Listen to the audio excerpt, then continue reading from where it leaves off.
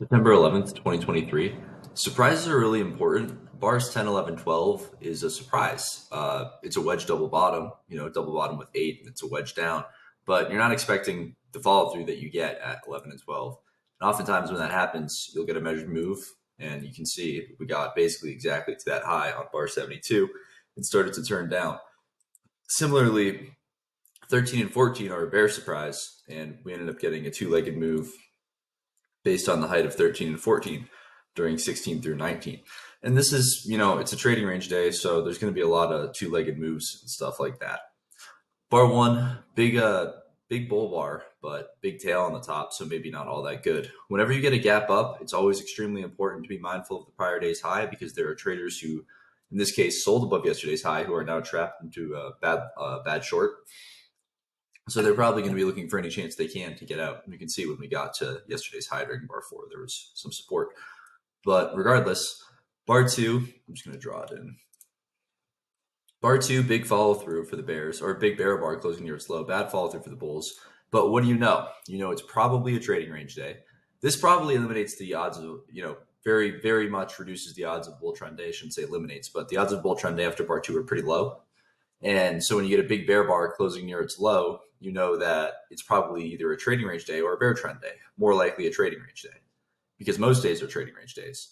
And so you know that the traders who bought below 1 and are willing to scale in are probably going to be let out at break even at some point. And you can see we actually got to it on bar 49. We went right through it.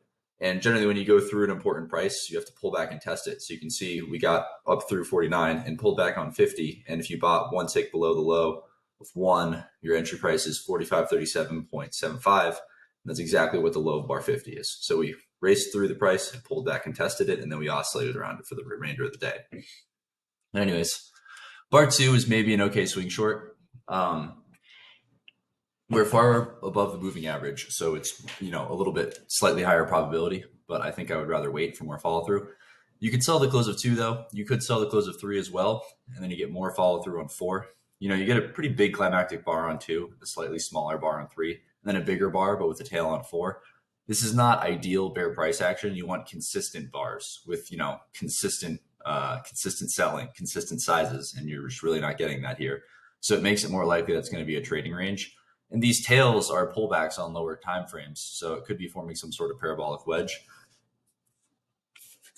Bar 5, you can see 2 to 4 was just a vacuum test of yesterday's high, and then bar 5 is the doji bar, so we found some support, but probably sellers above, but also probably buyers below.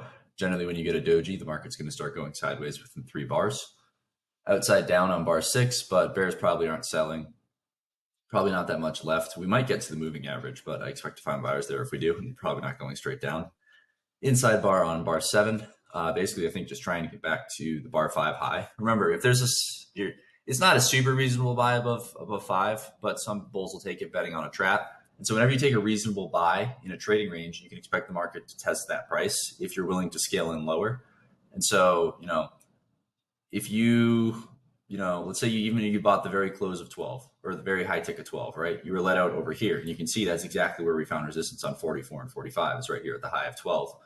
And that's because traders who bought there, if you bought the high of 12, this high tick, how are you feeling when you see 13? Like that's the worst thing. That's the last thing you wanted to see. And so you know that when we get back here, the traders who bought up here are going to be very eager to get out of break even. 7 and 8, it's an II pattern, inside. And I have one other, there was another example. I don't know where, I must have put it in the wrong folder because I thought I had it in here. But you can see you got an inside on the open, and it leads to a big trend. And so sometimes you do get insides around the open or on the open, and it leads to a trend. So here we got a wedge and an inside. So it's a potential buy for a bull swing. But obviously today it did not work out as well as that prior time. And that's because it's a low probability trade. That probably won't happen, but every once in a while when it does, it offsets all the time. So you'll lose that trade. 9, outside down, which is pretty common when you get these inside patterns. Main reason being that there's, it's a high probability that the breakout's going to fail almost immediately, and there'll probably be buyers below. And so, if the bull buys above, they know there's probably going to be buyers below. And so a lot of the times they'll just step aside as it starts to turn down, and knowing that, there's probably not going to be buyers until right here. So they'll just wait and then start to buy that low like they did on 9. 10, like I said, it's a wedge, 1, 2, 3, and a double bottom with 8. So it's a reasonable swing buy, not to mention it's also an inside bar. So it's okay to take the buy for a swing. If you bought below 1, generally, if you take a reasonable trade in a trading range, there's a 60% chance it's going to get back to your initial entry price, which is the one low would be the initial entry price. And an 80% chance it's going to get to the midpoint of your entry price and the next reasonable buy. So if you bought below 1 and you bought more above 10, that's about where we went to right here, which is the midpoint of those two buys. So again, not surprising we found resistance there. So follow through on 11 and 12 is just a vacuum test of that midpoint. And that's why you get all the selling on 13. In trading ranges, pullbacks can be deeper and more disappointing than you want them to be. And it's pretty common to get that. And so on 13, you can see, as a bull in this spot, this channel is pretty tight. So you're probably going to get another leg sideways to down, but you're just hoping it's more sideways or not a lot down. And so bar 13 is extremely disappointing, and disappointing in climactic bars are, the hallmarks of a trading range. You get 13 though, and you know that there's probably going to be buyers around the 10 low. There's probably going to be buyers below 13 because we probably have to get back to the 12 low. We probably have to get back to the 12 low for the same reason we have to get back to the midpoint of the 1 low and probably back to the 1 low, because there are trap limit order traders there, and it's a trading range day. So that follow through on 14. Sorry, my voice is really dry today. 15, good bar for the bulls, but probably sellers at the 12 low. Some follow through on 16, and then you get outside down on 17. You can see it's essentially a head and shoulders top, a failed head and shoulders top, right shoulder, head, left shoulder. And so, bulls wanted to get some sort of reversal here. I was looking for reversal, but then you get 17. And 17 is a reasonable swing sell. But if you're going to take a sell like 17, you need it to go fast. So you need 8, like you're basically going to give it 1 bar. And if you don't get that good follow through on that 1 bar, then you need to just get out. Because a lot of times something like can happen, like the traders who sold below 55, you don't quite get that 1 bar. And a lot of traders just exit at the market and it causes 57. And so you need to be quick to take your one chance to get out at break even if you're going to be selling a trade like 17. You don't want to sit there and just let it go sideways, because you are selling the bottom of a trading range. 19, more follow through for the bears, but buyers below 18, or probably buyers below 18. And something else that's important to note is, if you think about it, this is a trading range. When you see this, and this should basically be your giant flaring sign that this is a trading range. When you get a strong surprise in the other direction, even if it turns back down, it's probably a trading range. And so when you're selling below 17, you're selling low in a trading range, so you need fast follow through. But you also know that bulls who buy below 9 and scale in lower are probably going to make money, for the same reason that traders buying below things over here and traders buying below this are probably going to be able to scale in and make money. It's a trading range, and scale in traders make money in trading ranges. And so when you get this follow through on 18 and 19, that we're probably, even if we go a little lower, we're going to pull back. So the bears who buy below here and buy more lower can make money. You also know that this and this are pullbacks, and so there are reversals on lower time frames, and we might be setting up some sort of parabolic wedge reversal. Additionally, if it's a parabolic wedge on a lower time frame, it's essentially a nested parabolic wedge, and you get 3 sell climaxes. One is this. This whole wedge is 1 move, so you can look at that as the first sell climax, and then you get 2 more legs down. 13, 14, and 17 to 20. So it's three sell climaxes. And when you get consecutive sell climaxes, oftentimes when you get a reversal, it'll be, you'll get at least 10 bars or 2 legs up. Occasionally you'll get a big move like this, but generally you'll get at least 10 bars or 2 legs up from the bottom of that third sell climax. Follow through on 22 and 23 and 24. You can see 24 got us basically back to the 16, the high of 16. So anyone who bought at any point during 15 or 16 has now been let out at break even. I'm still thinking we need to get to this 12 close, and so I'm looking to buy. Inside bar 25, some bulls legs below 25. No, they have to buy it back above the bull bar. 26, anyone who bought below 25 Sorry, anyone who bought the close of 24 maybe buys more below 25 and gets out around break even during 26. You can see around that close. 27, big bear bar, but probably just a test, a breakout pullback test essentially. You can see the bulls were tested. Yeah, gosh. Sorry. You can see if bulls were really strong, they wouldn't have let it test all the way. They would have made sure it was at least one tick above. And so when they don't do that, it's not quite as strong as it could be. Follow through. You can see that there are many traders willing to sell down here that because they know there's probably buyers because we're probably getting back to 26 low. And you can see on 29, we do get back to that low. At this point, I was pretty much looking for any bull bar closing near its high to buy to get back to the 12 close and potentially the one low. And basically, when you get 30, pretty much most traders will be looking for some sort of buy. You can see it's a triangle. So most traders will be looking for some sort of bull bar closing near its high to buy, looking to get back to the 12 close. And when it does that, when most traders are looking to buy, a lot of times, a lot of traders will just buy at the market. And that's what causes such a big bar like 32.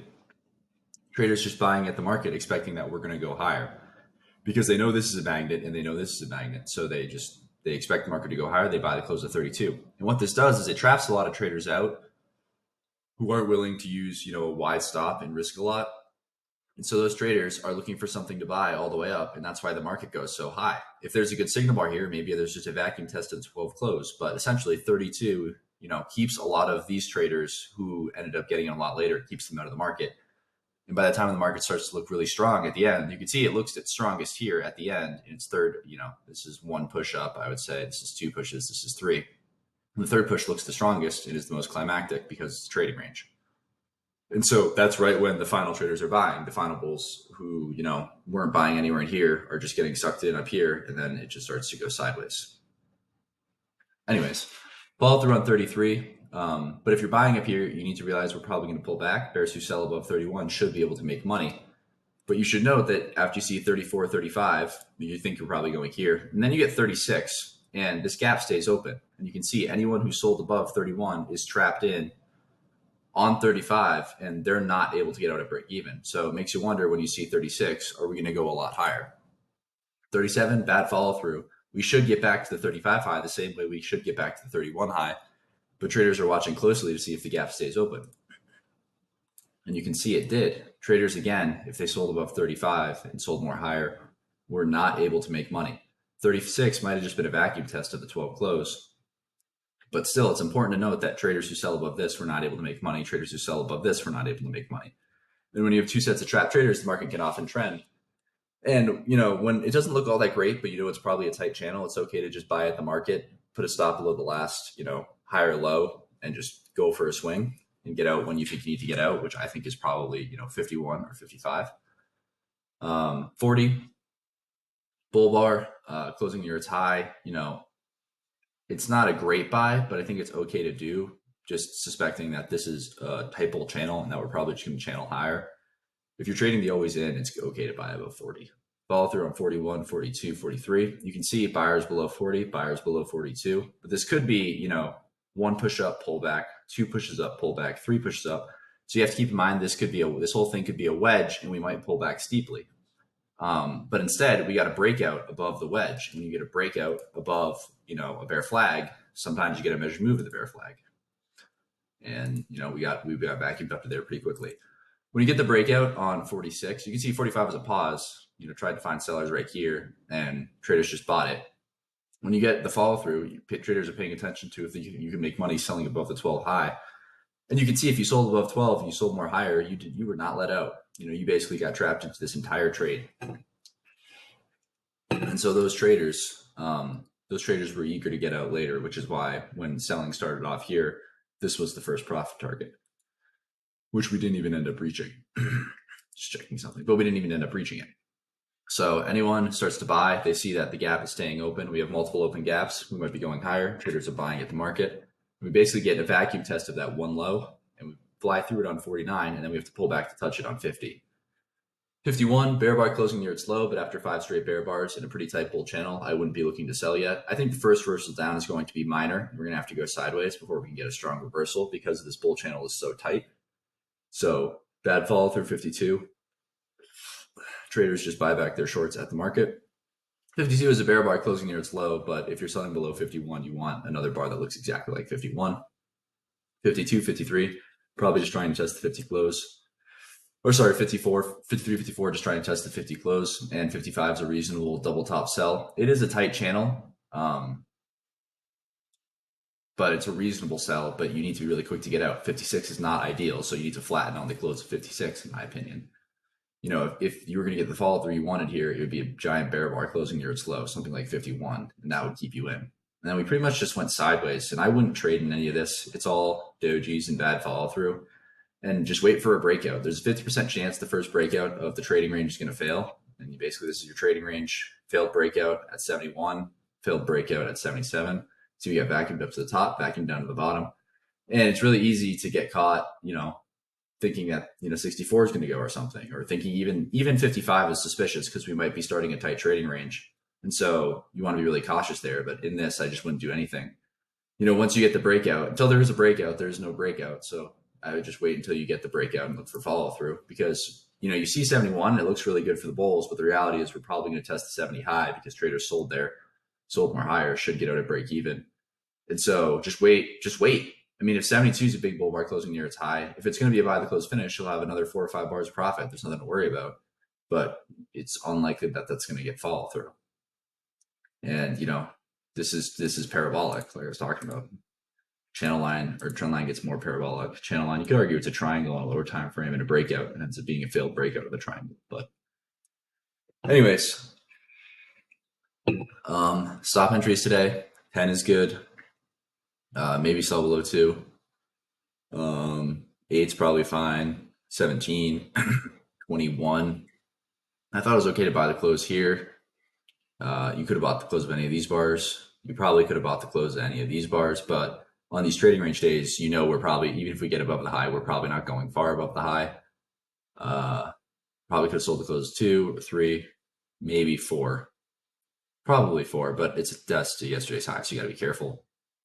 Let's see, always in. It was always in short on 2, maybe briefly always in long, probably above, probably somewhere on the close of 11, but immediately back to always in short down here. I would say it became always in long on 24. It stayed always in long pretty much the rest of the day. Maybe flipped late, but not really. It's just still a tight trading range. Probably buyers below 5, probably buyers below 8. You know, probably buyers below 12, but you want to buy a little bit, a couple points below 12. You don't want to buy directly below 12 because that's the upper part of what could be a trading range. Probably sellers a couple points above 14. Probably buyers below 9. Probably buyers below a couple points below 26. I wouldn't buy directly below it because it's still higher up in the range. Probably buyers below 31 if it triggers. Probably buyers a couple points below 33.